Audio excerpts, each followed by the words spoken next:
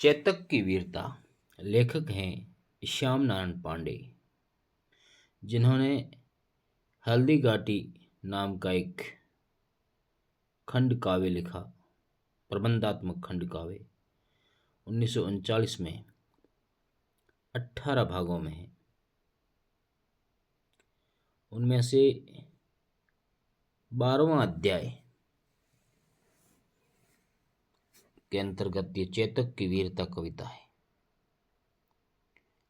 उसी हल्दी घाटी खंड काव्य से 1939 में इसका प्रकाशन किया।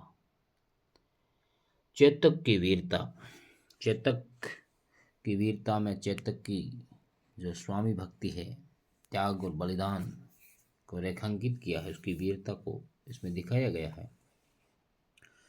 प्रस्तुत काव्यांश में कवि राणा प्रताप के घोड़े चेतक की वीरता का गुणगान करते हुए बताता है, क्या बताता है कि रणबीर चौकड़ी भर भर कर चेतक बन गया, निराला था, राणा प्रताप के घोड़े से पड़ गया, हवा को पाला था। चेतक युद्ध भूमि में चौकड़ी भरकर, चौकड़ी का मतलब छलांगे मारकर, सबसे विशेष बन गया था। निराला यानी विशेष, अर्थात चेतक युद्ध भूमि में सबसे विशेष प्रदर्शन कर रहा था। उसके समान और कोई दूसरा घोड़ा नहीं था, जिस कारण यह सबसे अनोखा घोड़ा प्रतीत हो रहा था।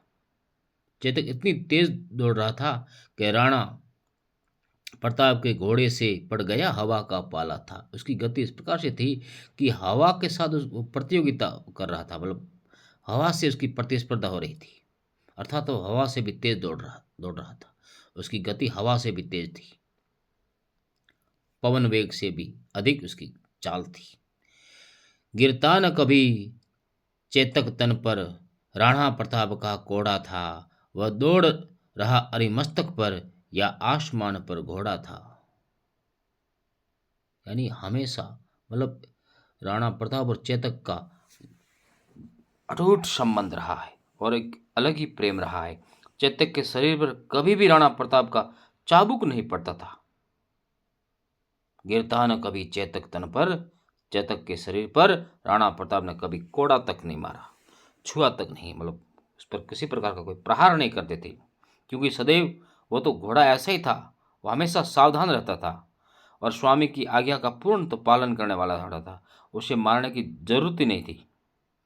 चेतक को दौड़ता हुआ देख ऐसा प्रतीत होता था जैसे वह शत्रुओं के मस्तक पर दौड़ रहा हो। वह दौड़ रहा अरिमस्तक पर या आसमान पर घोड़ा था, यानी ऐसा लग रहा था या तो वो आसमान में उड़ रहा था या शत्रुओं के मस्तिष्क के ऊपर दौड़ रहा था। ये मतलब कुछ समझने में भी उनको दिक्कत हो रही थी कि चेतक को दौड़ता हुआ देखकर ऐसा प्रतीत हो रहा था जैसे वह शत्रुओं के मस्तक पर दौड़ लगा रहा हो या वह आसमान में उड़ता हुआ प्रतीत हो रहा था। ऐसे मतलब ऊपर ऐसे जमीन से अधर चल रहा था, जैसे ऐसा लग रहा था, उसकी ऐसी चाल थी। जो तनिक हवा से बाग हिली, लेकर सवार उड़ जाता था, राणा की पुतली फिरी नहीं, तब तक चेतक मुड़ जाता था।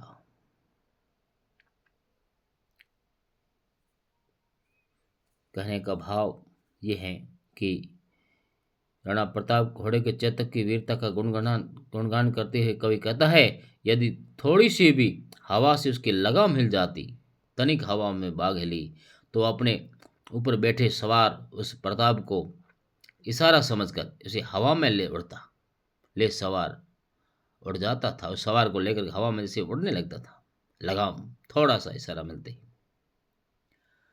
चेतक इतना समझदार था कि राणा प्रताप की आंख की पुतली के घूमने से उसका इशारा समझकर मुड़ जाता था। राणा की पुतली फिरी नहीं, तब तक चेतक मुड़ जाता था। यानी पुतली से, यानी को आंख से जो इशारा करता था, उस इशारे को पहले ही समझ लेता था, है ना। आंख की पुतली फिरी नहीं, उससे पहले वो समझ लेता था मेरा स्वामी क्या चाहता है, और वह मुड़ जाता था समझकर। चाल का हुनर दिखाते हुए, एक अपने परिचय देते हुए, भयानक भालों के बीच, तलवारों के बीच वह निडर रहा। कौशल दिखलाया चालों में, उड़ गया भयानक भालों में, निर्भीक गया वह ढालों में, सरपट दौड़ा करवालों में। वह बिना डरे, ढालों की परवाह किए बिना उसे निकल गया था। ना तो उसे मतलब भयानक भालों के बीच से ही मानो उड़कर निकल जाता था। न तो सिर्फ भालों की परवाह थी, न ढालों की, न तलवारों की। इन सब के बीच से मतलब युद्ध भूमि में कहीं भाले चल रहे थे, कहीं तलवारें चल रही थी, कहीं ढालें उस प्रहार को रोक रही थी। और इस बीच वह सरपट यानी तेज गति से दौड़ करके युद्ध भूमि में अपना युद्ध कौशल दिखा रहा था। ये यही रहा अब यहाँ नहीं, ये यहीं रहा अब यहाँ नहीं, वह वहीं रहा है वहाँ नहीं, थी जगह न कोई जहाँ नहीं, किस अरी मस्तक पर कहाँ नहीं।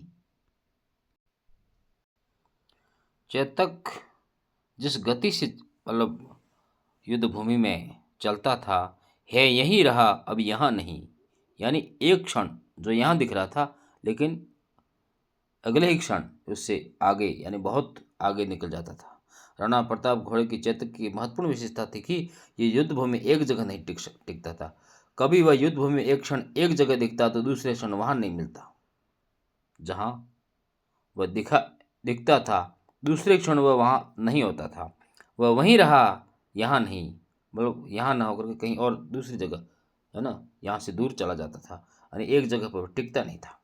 वह युद्ध भूमि में ऐसी कोई जगह नहीं होती थी जहां वह नहीं होता था, यानी थी जगह न कोई जहां नहीं, यानी ऐसी कोई जगह नहीं जहां वह चेतक नहीं होता था। किस किस अरी मस्तक पर कहाँ नहीं, यानी युद्ध की भूमि में एक क्षण भी मतलब एक स्थान से दूसरे स्थान पर चलता रहता था, एक क्षण भी एक स्थान पर टिकता नहीं था। उसकी गति बड़ी तेज थी, ऐसा प्रतीत होता था जैसे युद्ध क्षेत्र में प्रत्येक शत्रु के मस्तक पर विराजमान हो।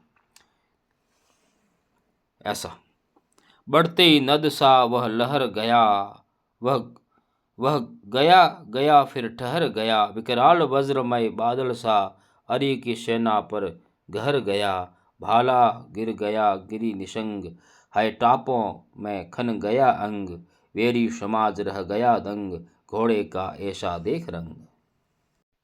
घोड़ा जब दौड़ता था युद्ध भूमि में तो बढ़ते नद सा वह लहर गया, वह गया फिर ठहर गया। वह ऐसे दौड़ता था, वह तेज जैसे कोई तेज बढ़ती हुई नदी के समान लहराता हुआ प्रतीत होता था। युद्ध भूमि में कभी कभी दौड़ते दौड़ते वह कहीं कहीं ठहर भी जाता था, यानी वह गया गया फिर ठहर गया, यानी युद्ध भूमि में दौड़ते दौड़ते कहीं कुछ जहाँ उसको मतलब जो उचित स्थान लगता वहां ठहर भी जाता था। विकराल वज्रमय बादल सा, विकराल वज्र यानी गर्जन करते हुए, जैसे बादल गर्जना करते हुए वैसे विकराल बादल जो गर्जना करते हुए बादल के समान अरि की सेना पर गहर गया, यानी अरि यानी शत्रुओं की सेना पर काल बनकर टूट पड़ता था। शत्रुओं के ऊपर वह जैसे बादल की तरह छा जाता था। शत्रुओं के भाले और तरकश युद्ध भूमि में गिर गए। भाला गिर गया गिरा निशंग, यानी भाला और तरकश शत्रुओं के इस रण कौशल में, है ना, इस चेतक की युद्ध कौशलता के आगे सब पस्त थे। शत्रुओं के भाले गिर गए, निशंग जिसके अंदर वो तरकस रखे थे वो पात्र गिर गया। हाय टापों से खन गया अंग, हाय यानी घोड़े की पैरों की टापों से उसका सारा शरीर घायल हो गया था। किसके? शत्रुओं के। हाय हाय टापों यानी हाय कहते घोड़े को, हाय टापों टापों यानी उसके खुरों से, पाँव पंजों से, यानी पंजे नहीं होते खुर होते थे, टाप यानी खुर होता है ना, जो घोड़े के पाँव होते हैं उनको टाप कहते हैं। खन गया अंग यानी शत्रुओं के जो शरीर था घायल हो गया। वेरी समाज रह गया दंग यानी आश्चर्यचकित हो गया दुश्मन का दल इस प्रकार की उसकी वीरता को देख करके। घोड़े का ऐसा रंग यानी घोड़े के ऐसे रंग ढंग देखकर शत्रुओं का दल भी हैरान हो गया। यह वीर रस की कविताओं के लिए चर्चित कवि श्याम नारायण पांडे की सर्वाधिक लोकप्रिय काव्य कृति हल्दी घाटी का प्रकाशन हालांकि उन्होंने 1949 में किया था। उसी का जो 12वां अध्याय है उसका एक अंश यहाँ दिया गया है। हल्दी घाटी काव्य कृति ने स्वतंत्रता सेनापतियों की सांस्कृतिक एकता और उत्साह का संचार करने के लिए लिखी गई थी, जो एक समय के हिसाब से वो समय था जब महाराणा प्रताप भी अपनी देश की स्वाधीनता के लिए लड़े, और जब हम यहाँ अंग्रेज़ों के गुलाम हुए तो इस वक्त भी इसकी प्रासंगिकता महसूस हुई। तो कवि ने राष्ट्रीयता की भावना के द्वारा जन जन में इस नए जोश और उत्साह का संचार किया। इति श्री।